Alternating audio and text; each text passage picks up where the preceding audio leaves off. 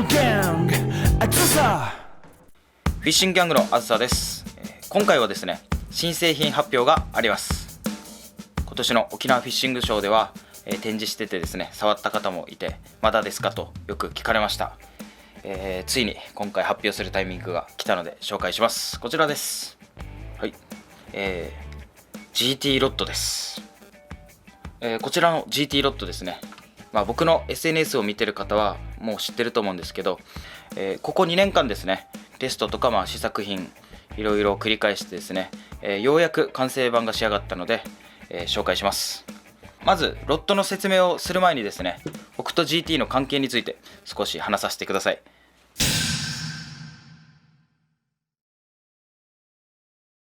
GT ですね、思い返してみると、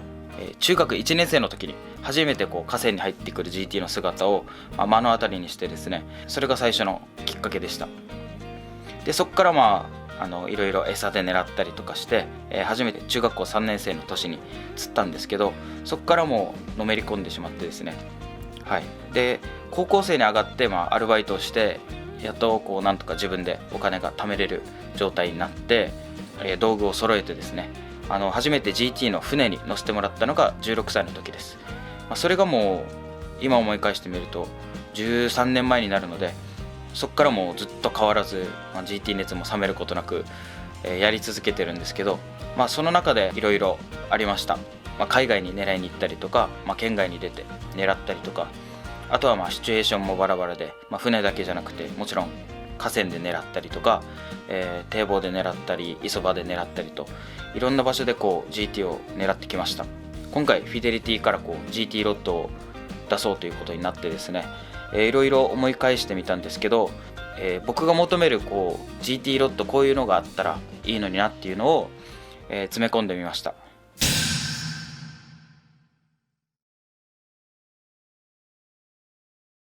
こちらの GTV ですね、主なコンセプトは1本で何でもできちゃうロッドです。それについてちょっと詳しく話をするとですね、僕の中での GT ロッドに必要な性能っていうのは、船だけじゃなくて陸でも同じロッドで釣りできるっていう性能です。というのも、僕自身がずっと沖縄本島で GT 狙ってきてるので、いろんな環境下に GT が現れます。でその中で、僕みたいに結構な頻度でGT を狙いに行く人っていうのは、イレギュラーな場面で GT と遭遇したりとか、今日は陸から GT 狙うけど明日は船とか行った時にタックルを、組み直したりとかですね、準備に手間がかかったりするんですよ。もっと細かく言うと、例えば船でも例えばチャーターなのかとか乗り合いなのかとか、おかっぱりにしても足場がいい堤防なのか磯場なのか、また河川なのかっていうところで本当に細分化されてるんですけど、その中でも1本でなんとか全ての釣りをカバーできないかっていうところで、今回のロッドを作りました。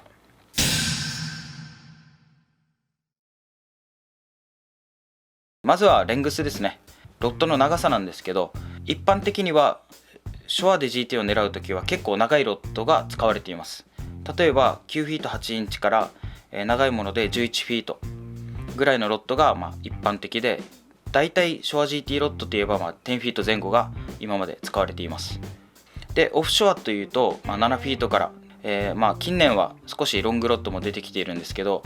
一昔前は7フィート台が多くて、今はだいたい8283で長くて88っていうところで、出ています。でその間を取った感じですよね。僕がもう釣りしてて、どうしてもやっぱ飛距離は必要だけど取り回しもやっぱり必要っていうところで、ベストな長さだなと感じたのが8フィート6インチです。でこの8フィート6インチなんですけど、ただの8フィート6インチじゃなくて、ここのリールの装着する位置をですね、少し下に下げてます。普通の8フィート6インチのロッドだともう少しリールの位置高いんですけど、少し下げています。つまり取り回しが8フィート6インチよりももう少し長いロッドを使っているような取り回しをすることができるということですね。でここを長くしちゃうと、このウェアとかに引っかかったりとかですね、あと投げる時にちょっと磯場だと投げにくい場面っていうのがあるんですけど、ここを割と短めに設定することによって結構陸吊りでの取り回しが非常に良くなってます。タックルバランスの中でリールが重たいと思うんですけど、その重たいリールが下に来ることによって重心も下げれているので、ファイトの時は非常に楽です。あとは、大型の魚がヒットした時に、船でも、ショアでも一緒なんですけど、この辺に結構傷というか魚に突っ込まれた時に、例えば手すりとか船べりとか、あと磯場ですね、ロッドがぶつかる時に当たりやすいのがこの辺です。でこうファイトしてるんですけど、ある程度こう浮かせてきて急に突っ込んだ時に例えば船べりだとしたらこうやって当たるんですけど、このガーってこう当たった時にリールをこう上に向けてラインが船べりに当たらないようにとかやるんですけど、その時にここの当たる部分のブランクス、ここを太くしてあります。でこれ見てもらったら分かるんですけど、ここがオス型でここがメス型です。なのでここの方がブランクスが厚くて強いです。ここは傷がついても、そう簡単に折れない場所になっています。なおかつここがまた長いんですよ。こうリールの上からが長くて、一般的にはだいたいこれぐらいだと思うんですよね。これぐらいからこの辺の前後なんですけど、気持ち長くしてます。これは重心が低くなったことによって両手で、掴むことができるようにしています。こうやって大物とのファイトの時っていうのはリールを掴んでこうやってファイトじゃなくて、こういう感じで持ってファイトします。その時に力がない人でも両手で掴んでポンピングできたり、さっきも言ったように船べりに当たった時でもここがバンって当たることによってブランクスに直接傷がつかないっていう、そういった意味を込めてリールより上の部分は強くしてあります。このテストの時ですね、最初センター2ピースでやっていたんですけど、その時ですね、思ったより曲がりが綺麗じゃないというか、キャストを繰り返していると上がポンって抜けていったりとか、そういったことがあって、この状態1.5にすることによってそういったトラブルがなくなったので、そこも非常に改良して良かった点です。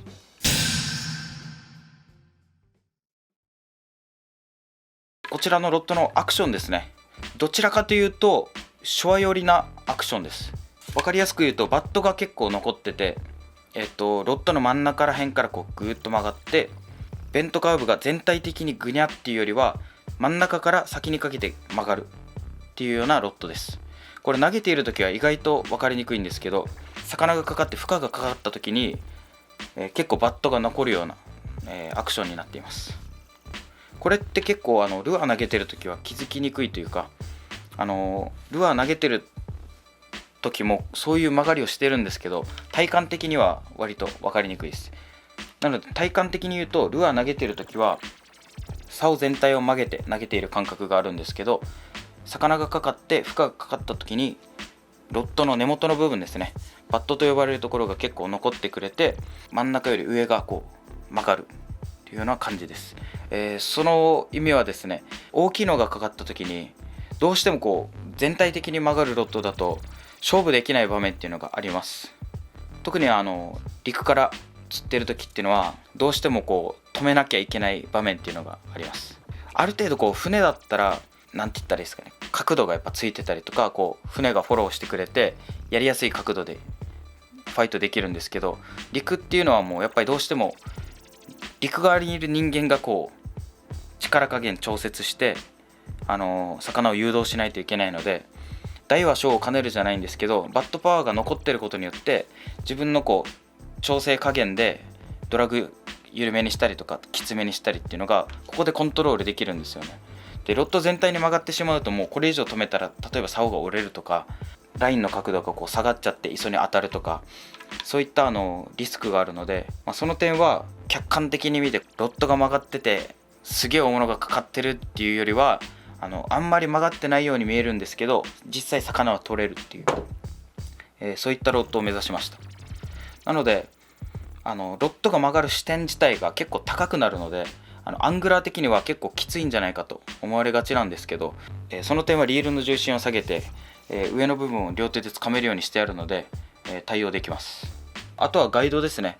ガイドなんですけど、僕は結構太いラインを使うので、リーダーも結構170ポンド180ポンド使うことが多いです。で今回のガイド系はマックスでそれぐらいの設定にしてあります。ガイドサイズなんですけど、もう少し大きいのにしようかっていうところで迷ってたんですけど、使った感じですね。ガイドもう少しワンサイズ上げると、キャストした後の先がこうちょっと収束が遅いんですよね。キャストした後にこう竿がこう動いてると思うんですけど、ガイドが重くなることによってこの振り幅が大きくなって、なおかつこう振り子の原理といいますか、収束までにちょっと時間がかかるんですけど、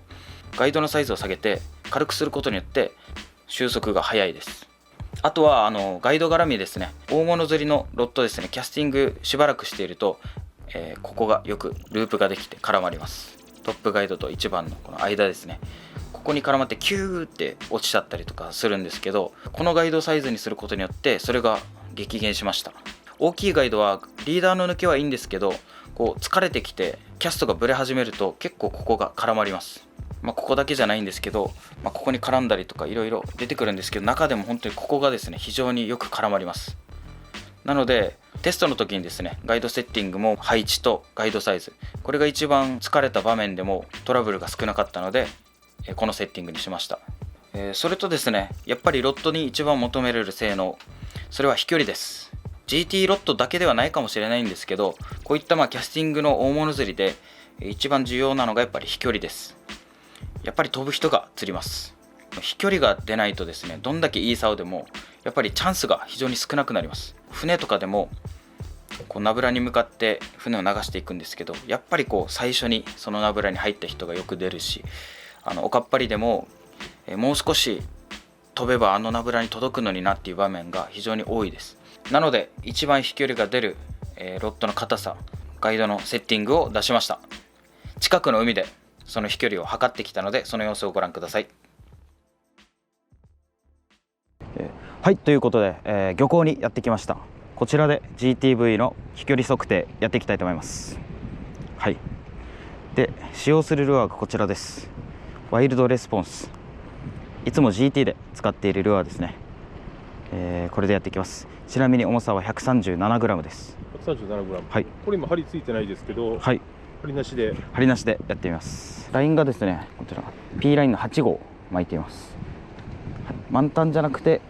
9分巻きぐらいですね。8分巻きぐらいか。8分巻き、はい、はい、僕がいつもやってるぐらいの糸巻き量ですね。測定ですね、リールの巻き回数でちょっと測ってみたいと思います。本来であればこのコロコロとかメジャーでちゃんと測った方がいいんですけど、100m 以上のメジャーなんてちょっとごめんなさい持ってないので、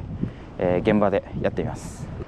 でこちらのリールですね、糸巻き量が 14000XG なので最大 134cm です。はい、このリールでやっていきます。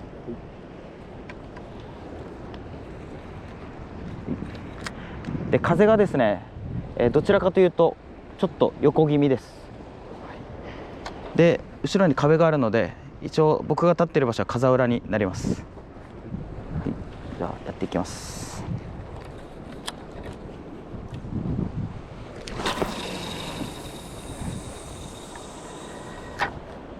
はい、着水と同時にベールを締めました。はい、じゃあここから巻いていきます。123456789101112131415161718192021ぐらいですね。100m いってないかなぐらいですね。90m ぐらいですかねは飛んでるかなっていう感じですね。あと2投ぐらい投げてみますか。はい、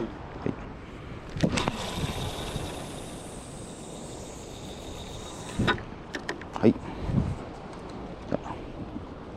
いきます。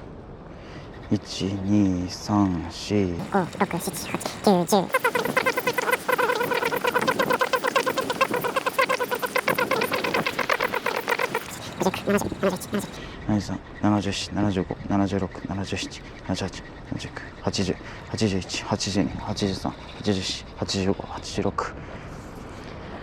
はい、86回転。伸びた。結構伸びましたね。ショアとかでも、取り回しの良い長さでこれぐらいは飛びます。あとはオフショアでやるときって基本的にこう追い風になるので、船でやるときは今よりもっと飛ぶでしょうっていうところですね。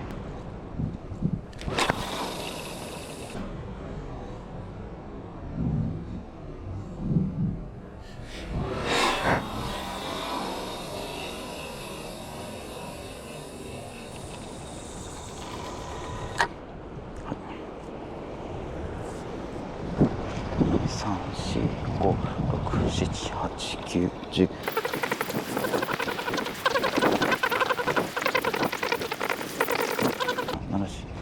76、77、78、79、80、81、82、83、84、85、やっぱ86ぐらいですね。86。さっきと同じぐらいですね。さっきと同86。まあ沖縄の人だったら多分背景でポイントわかると思うんですけど、だいたい見えてる根ぐらいまでは飛んでますね。これは一般的な GT フィッシング、距離的には大丈夫そうですか？もう全然大丈夫ですね。大事なのが、いろんな体力とか、例えばゴリマッチョの人が投げるのとやっぱヒョロヒョロの人が投げるのって同じ竿でも飛距離が変わったりするんですけど、これぐらいのパワーだったらガタイ人でもガリガリの人でもさほど差は出ないと思います。誰が使っても飛距離が出る竿ですね。テストの時に今ちょっと若干向かい風吹いたんですけど、ショアにいる時って例えば午前中とか午後とかそのキャストのタイミングで風が変わったりとかして、オフショアに比べるともっとライントラブルしやすいんですけど、その環境下でテストして全然ライントラブルがないセッティングでできて、なおかつ飛距離も安定しているので、ベストなセッティングです。ちょっとじゃあ違うパターンで投げます。違うパターン。はい、ショアの場合って結構たらし長く取れなかったりするんですよ。例えば磯場に立ってて断崖絶壁だったりとか、こんな時って例えばこういうとこから投げたりとか、たらしがいつも出せるわけじゃないのでたらし短めで投げることもあるんですけど、それバージョンで投げてみたいと思います。はい、じゃあたらし短めでいきます。今垂らしてるのが50センチぐらいですかね。